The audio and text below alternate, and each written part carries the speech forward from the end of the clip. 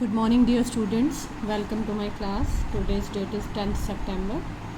अब मैं आपको खुद सॉल्व करके बताऊंगी. मैंने थोड़ा आगे थ्योरी करवा दी. एक्चुअली मैं पुरानी लास्ट ईयर की बुक ले रही थी. अब नई बुक में क्या है, पहले एक्सरसाइज है आपकी 1A. ठीक है, तो ये हमारी रह गई थी. 1A में क्या है, क्वेश्चन नंबर 1 है, show that each of the functions is a solution of the corresponding differential equation on every interval small interval AB. तो ये 3 क्वेश्चंस हैं, एक मैं करवा दूँगी. सिंपली क्या बताना है, इसको बताना है ये इसका सोल्यूशन है. आपको मालूम है सोल्यूशन कब होता है, कि जब उस वैल्यू को गिवन इक्वेशन में डाला जाए तो इक्वेशन सेटिस्फाई होनी चाहिए. तो ये मैंने किया है, मैंने पहले सॉल्व कर लिया to avoid the wastage of time. ये है आपका y लिखा नहीं पर अंडरस्टूड है, ये y है क्योंकि पूछा गया, ये सोल्यूशन है, ये आपकी इक्वेशन है. मैंने इसको मान लिया here y equal to 2 exponential minus x plus x exponential minus x. आपने क्या करना है, इस y को देखते हुए ये टर्म्स निकालनी है. तीनों क्या, y तो दिया ही है, तो सबसे पहले हम इस y को डिफ्रेंशिएट करेंगे dy बाय dx. x से डिफ्रेंशिएट करेंगे, ये वैल्यू आ जाती है. फिर इसको दोबारा डिफ्रेंशिएट करेंगे क्योंकि गिवन इक्वेशन के लिए डबल डेरिवेटिव चाहिए. दोबारा डिफ्रेंशिएट किया तो ये वैल्यू आ गई. थोड़ा सा रीअरेंज कर लिया करना वैल्यूज़, ऐसे बड़ी बड़ी रखेंगे तो हो नहीं पाएगा. अब हमारे पास d2y by d x square भी है, dy बाई डी एक्स भी है, y भी है. हमने क्या करना है, ये तीनों इक्वेशंस इस इक्वेशन के लेफ़्ट हैंड साइड में डालना है. ध्यान रहे, बच्चे क्या करते हैं, इक्वल टू ज़ीरो भी साथ लिखते रहते हैं. नहीं, इक्वल टू ज़ीरो तो हमें प्रूव करना है, तो लेफ़्ट हैंड साइड में डालना है. तो मैंने लिखा left hand, putting these values in equation 1 we get left hand side. ये वैल्यू है d2y by d x square की, प्लस ये वैल्यू है d2y by d x square की, प्लस 2 ये है dy by d x, plus ये y. इसको सॉल्व किया, सॉल्व आपने करना, और ये वैल्यू कितनी आ गई, 0, which is equals to right hand side. तो आप लिख सकते हैं hence given solution is the given function, कह लो given function is the solution of given equation. ठीक है, बाकी 2 पार्ट्स आपने कर लेने हैं. सेम ऐसे करना, यहाँ से या ये y गिवन है, dy बाई डी एक्स निकालना है, d2y by d x square निकालना है, और यहाँ से भी ऐसे y लेके इसकी वैल्यूज़ निकाल देना. ठीक है, अब आता है क्वेश्चन नंबर 2. बड़े छोटे छोटे ये शॉर्ट आंसर क्वेश्चन बनते हैं, इसलिए मेरा कल रह गया था, ये आज करवा रही हूँ. तो ये है डिटरमिन द ऑर्डर, कॉमा लगना था, dependent variable and the independent variable in each of the following. ये फर्स्ट इक्वेशन है. हमें यहाँ नहीं पूछा गया है लीनियर नॉन लीनियर. किसी को थोड़ा सा डाउट था लीनियर नॉन लीनियर में, मैं बता दूँ क्या बोला था, डिपेंडेंट वेरिएबल y. ये मैं आपको नोट्स नहीं भेजूँगी, ये मेरी रफ़ कॉपी है, नोट्स आपके वही भेजे जाएंगे. इस एक्सरसाइज के नहीं होंगे नोट्स, ये आपने खुद करनी है. नॉन लीनियर क्या होती है, y डिपेंडेंट वेरिएबल के साथ उसी का डेरिवेटिव मल्टीप्लाई हो तो इक्वेशन बन जाती है नॉन लीनियर. इवन दैट अगर डेरिवेटिव की डिग्री बढ़ जाए तब भी वो नॉन लीनियर होगी. ऑर्डर बढ़ सकता है लेकिन अगर डिग्री बढ़ गई तब भी इक्वेशन नॉन लीनियर होगी. अगर y मल्टीप्लाई हो गया तब भी नॉन लीनियर होगी. अगर y स्क्वायर मल्टीप्लाई ऐड हो गया तब भी नॉन लीनियर. थोड़ा सा क्लियर कर लेना. पर एनी हाउ इसमें पूछा ही नहीं गया. इसमें तो क्या पूछा, ऑर्डर, डिपेंडेंट, इंडिपेंडेंट वेरिएबल. यहाँ देखते हैं ऑर्डर कितना, हाईएस्ट ऑर्डर है 2, डिपेंडेंट वेरिएबल कौन है t, इंडिपेंडेंट कौन है s. यहाँ आ जाते हैं order 2, dependent x, independent y. यहाँ आ जाते हैं ऑर्डर 4, ध्यान देना. अब इसकी पावर देखी जाएगी, डिग्री, अच्छा डिग्री तो पूछा ही नहीं है. Order 4, dependent b, independent p. इस तरह से ये आपने कर लेना. नेक्स्ट है which of the following functions are solution of the differential equation this. आपने क्या करना है, या मैं करवाई दूँ, ये भी वैसा ही है, why to waste time. y dash means dy by d x minus 5y equal to 0. कहता है इनमें से कौन सा सोल्यूशन है. आपने 1 बाई 1 डाल के देखना. पहला तो हो ही नहीं सकता क्योंकि y 5 है, तो इसका मतलब dy बाई डी एक्स तो हमें निकालना, वो कितना हो जाएगा 0, वो तो सेटिस्फाई नहीं करेगा. इसको चेक कर सकते हैं, इसको कर सकते हैं, किसी एक को मैं चेक करके बता देती हूँ। चलो मैं ले लेती हूँ y equal to 5x, y equal to 5x, तो dy बाई डी एक्स कितना हुआ 5। गिवन इक्वेशन क्या है y dash minus 5y equal to 0। Left hand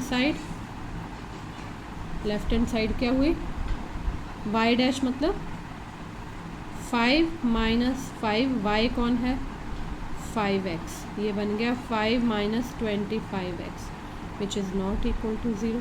solution नहीं है, y equal to 5x is not solution.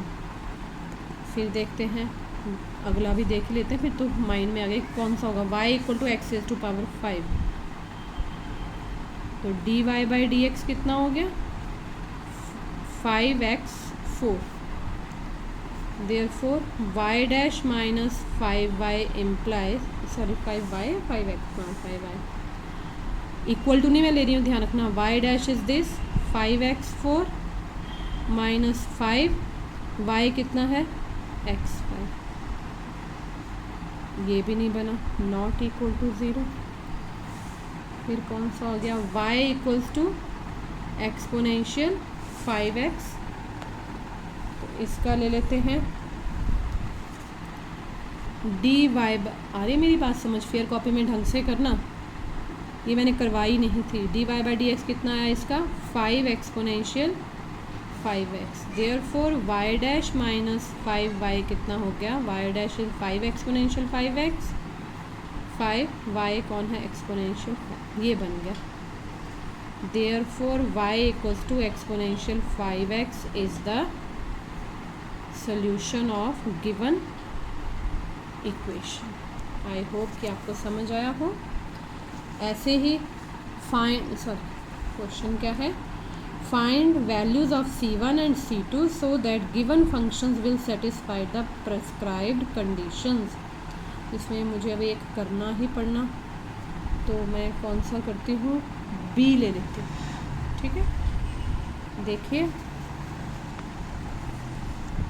Sorry, पहले मैं लिख लूँ बी क्या है, 1 minute. Y x equals to, मैं लिख लूँ ज़रा, y x equals to c1 sine x plus c2 cos x plus 1, y of pi है 0, y डैश पाई है 0, दोनों 0। अब देखिए ये क्वेश्चन है, c1 c2 की वैल्यूज़ निकालनी है, इनको बोलते हैं कंडीशंस, बाउंड्री कंडीशंस भी कहते हैं या सिंपली कंडीशंस। इस देखो यहाँ y डैश भी निकालना है, तो इसको इक्वेशन नंबर 1 बोल देते हैं। पहले हम इसके अकॉर्डिंग टर्म्स निकालेंगे, फिर ये कंडीशंस डालेंगे।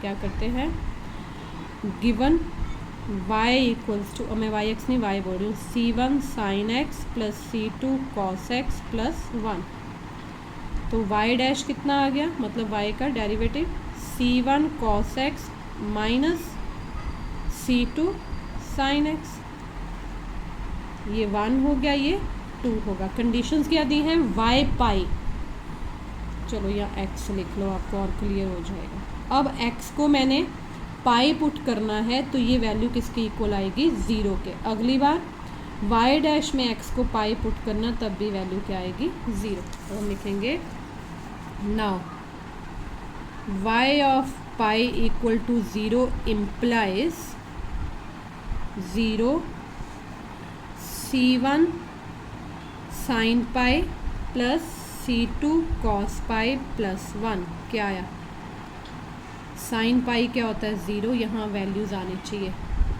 कॉस पाई क्या होता है -1 प्लस 1, तो ये क्या वैल्यू आ गई, c2 इक्वल्स टू 1। देखो माइनस c2 आया प्लस 1, कॉस पाई -1 होता है, एक वैल्यू आ गई। Again y dash pi equal to 0 implies, अब सेकेंड इक्वेशन में ये 1 इक्वेशन, ये 2 इक्वेशन, y डैश पाई, अब आ गया c0 c1 cos pi minus c2 sine pi implies 0 c1 cos pi is -1 sin pi is 0 implies C1 is 0। तो ये दो values आई हमारे पास, कौन कौन सी? C1 0, C2 1। ठीक है, तो ये हो गई आपकी एक्सरसाइज 1B। आप ऐसा करिए, आज आप इसको कंप्लीट करिए। 1B को आपने बुक्स ले ली होंगी, जिनके पास पुरानी बुक्स हैं शायद उसमें भी है, मैंने अभी देखा, मुझे लग रहा है कि एक्सरसाइज थी पर मैंने कभी करवाई नहीं, आपको करवा दी, तो अब आप ही एक दिन में कंप्लीट कर लेना, ठीक है, ताकि मैं कल से रॉन्स्कियन स्टार्ट कर सकूं। बेहद इंटरेस्टिंग, अभी इंटरेस्टिंग पार्ट शुरू हो गया, थोड़ा डेफिनेशन पे फोकस कर लेना। Right, thank you very much, have a nice day.